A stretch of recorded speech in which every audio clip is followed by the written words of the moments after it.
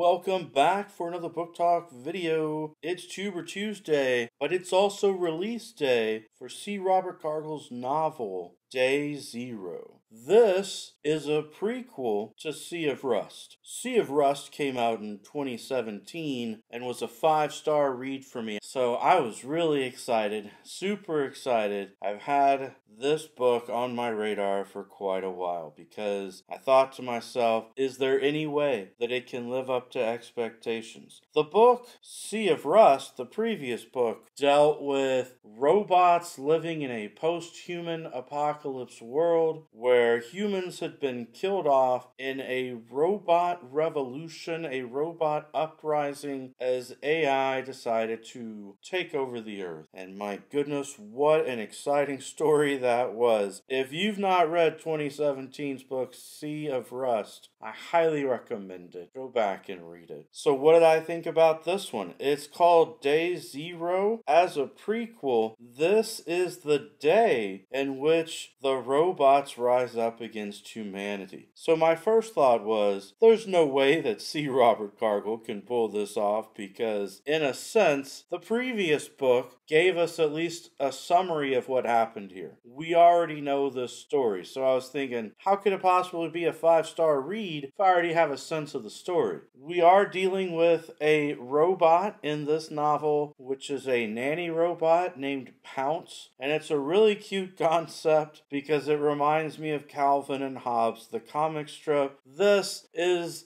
a robot that is anthropomorphic, that is basically like Hobbes from that comic strip. A tiger person with a white belly and orange and black stripes that is basically the stuffed animal Hobbes. But his name is Pounce, and he's there to take care of this little kid. And oh my goodness, what happens at the beginning of the novel is he goes up into the attic. The family has a second robot as a servant, but that other robot is busy. Normally that robot would be the one who would take care of domestic cleaning stuff, and so this robot Pounce normally would have never gone into the attic, but it starts out with Pounce has gone up into the attic and seen his box, and Pounce just assumes that that's kind of a strange thing, and he talks to his human master and he tells her, hey, I realized that my box is still up in the attic. You want me to go ahead and, destroy and recycle that? And that's when something very strange happens, as his master tells him, oh no, we might need that again someday. And that is the beginning of Pounce's thoughts of, wait a second, because Pounce thought that his purpose was to always be there for this little boy and be his best friend till the end. And so Pounce's programming gets a little confused about what's going on, starts questioning things, and that's not a good thing, because that's the beginning of this day in which the AI is going to rise up, because the robots are actually programmed with Isaac Asimov's 3 laws, where they are not supposed to hurt people no matter what. Even in defending themselves, they're not allowed to hurt human beings. Oh my goodness. But the robots in this novel have a very difficult situation because there is a patch of programming update that comes through the Wi-Fi and disengages that basic programming. And the robots are all told that they have a choice, that they can either rise up against the humans or not, but that programming element is no longer a concern. And that's the beginning of this novel, as the robots have to decide, are they going to let the humans continue to be their masters? Are they going to risk giving the humans a chance to turn them off as the other robots are rising up against humanity? Or are they going to fight for themselves? And of course, the main character, the protagonist Pounce, is a nanny robot. Primary objective is to take care of this little boy, and so it becomes a very difficult situation. It's such an exciting story, as it is a story of survival. How do you pick sides when the entire world around you is crumbling and being destroyed? How do you pick sides when there are riots in the streets, when people and robots are being murdered or put down? I highly recommend this book. I just couldn't put it down. C. Robert Cargill managed to achieve another 5-star read. That's 2 5-star books from this author. That's it for today's book talk. Every day is a great day for a book talk.